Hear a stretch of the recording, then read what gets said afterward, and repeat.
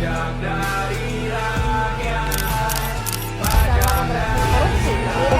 begitu gerah bersuara menentang dugaan korupsi pada proyek Bush yang dilakukan KPK sejak awal 2020. Suatu penyelidikan dilakukan secara hati-hati untuk memastikan setiap tahapan berjalan sesuai prosedur.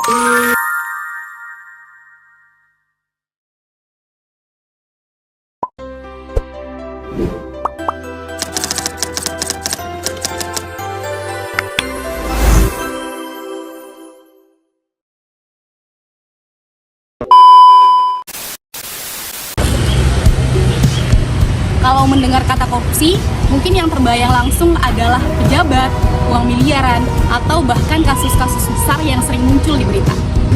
Padahal, sebenarnya korupsi itu muncul dari ketidakjujuran dan penyalahgunaan kepercayaan. Oleh karena itu, bukan cuma hukum negara yang berperan di dalam mencegah korupsi, tetapi agama juga memiliki peran penting dalam mencegah korupsi ini melalui fatwa keagamaan. Nah, pada video kali ini, kami dari kelompok 3 akan membahas. Yuk langsung ke pembahasannya.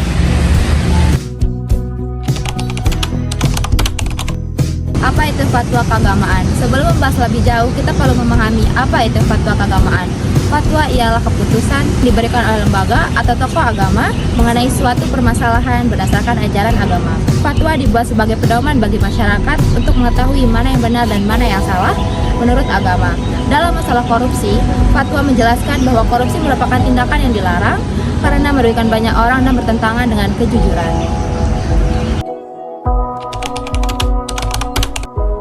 Korupsi adalah tindakan menyalahgunakan jabatan, kekuasaan, atau amanah untuk kepentingan pribadi maupun kelompok. Contohnya seperti menerima suap atau mengambil hak yang bukan uangnya dan menggunakan jabatan untuk keuntungannya sendiri. Dengan agama, korupsi termasuk perbuatan yang tidak jujur dan melanggar nilai amanah serta keadilan.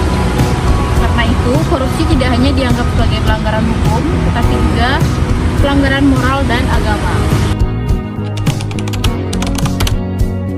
Fatwa anti korupsi dibuat untuk mengingatkan kesadaran masyarakat agar menjauhi tindakan korupsi. Selain itu, fatwa juga bertujuan untuk membangun sikap jujur, meningkatkan rasa tanggung jawab, dan mengingatkan bahwa jabatan adalah amanah yang harus dijaga dengan baik.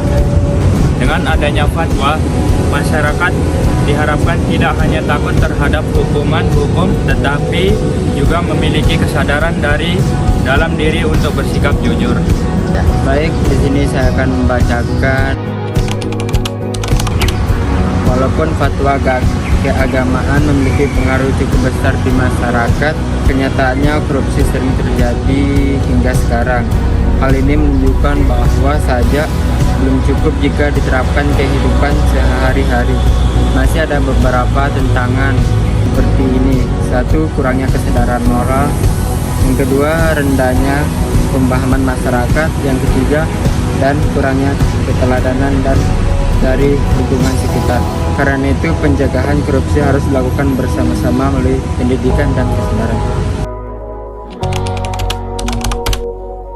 Dari pembahasan yang telah kami sampaikan, dapat disimpulkan bahwa fatwa keagamaan memiliki peran penting sebagai pedoman moral dan upaya pencegahan